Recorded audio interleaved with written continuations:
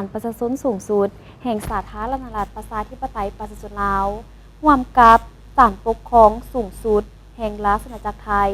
ได้สำเร็จการจัดกล่องประชุมสัมมนาเวียกงานการดำเนินคดีปกครองในโอกาสเฉลิมฉลองวันสั่งตั้งสายพัวพันการทูตไทยลาวครบรอบ 75 ปีซึ่งมีความหมายสำคัญโดยเฉพาะในระบบตุลาการของสองประเทศกล่องประชุมจัดขึ้นในวันที่ 18 มีนาคม 2025 ที่นครเวียงจันทน์โดยการเป็นประธานร่วมของท่านคำพันธ์บุญภาคมรองประธานศาลประชาชนสูงสุดแห่งสาธารณรัฐประชาธิปไตยประชาชนลาว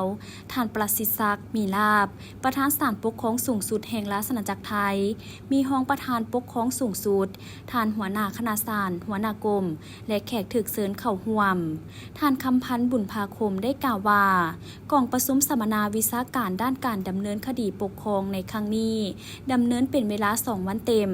ซึ่งเต็มไปด้วยบรรยากาศที่มีความหมายความสำคัญและฝุดฟื้นท่ามกลางการเฉลิมฉลองวันสั่งตั้งสายพัวพันการทูตลาวไทยครบรอบ 75 ปีมาฮอดนี้กล่องประชุมพวกเขาได้สำเร็จอย่างจบงามสนั่น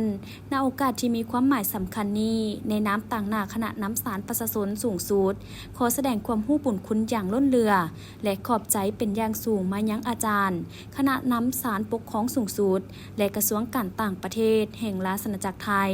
ที่ได้สนับสนุนทางด้านงบประมาณและเสี่ยวสารในการจัดกล่องประชุมครั้งนี้และหวังเป็นอย่างยิ่งว่าพวกเขายังจะได้รับการสนับสนุนช่วยเหลืออีกในครั้งต่อไปกองประชุมสัมมนาวิชาการด้านการดำเนินคดีปกครองในครั้งนี้ถือว่าประสบผลสำเร็จเป็นอย่างดีแต่เห็นว่าเป็นเพียงผลสำเร็จในเบื้องต้นเท่านั้นซึ่งคณะรับผิดชอบก็คือคณะศาลปกครองศาลประชาชนสูงสุดแห่งสาธารณรัฐประชาธิปไตยประชาชนลาวต้องได้นำเอาเนื้อในจิตใจและผลของกองประชุมในครั้งนี้ไปค้นคว้าผันขยายเข้าสู่การจัดตั้งปฏิบัติเวียกงานการดำเนินตัวจริงให้เกิดดอกออกผลและปรับปรุงเวียกงานให้มีผลสำเร็จใหม่ใหญ่หลวงกว่าเก่าซึ่งเป็นบัตรก้าวต่อไปที่สำคัญในการเสริมสร้างขีดความสามารถทางด้านวิชาการให้แก่ผู้รับผิดชอบในการดำเนินคดีปกครองเป็นต้นผู้พิพากษาผู้ช่วยผู้พิพากษาและพนักงานวิชาการที่เกี่ยวข้องแนะใส่ประกอบส่วนต้นต่อเข้าในการคุ้มครองรัฐคุ้มครองสังคมด้วยระเบียบกฎหมายหรือรัฐที่ปกครองด้วยกฎหมายก็คือการจัดตั้งปฏิบัติแผนพัฒนาระบบศาลประชาชน5 ปีครั้งที่ 4ให้มีผลสำเร็จ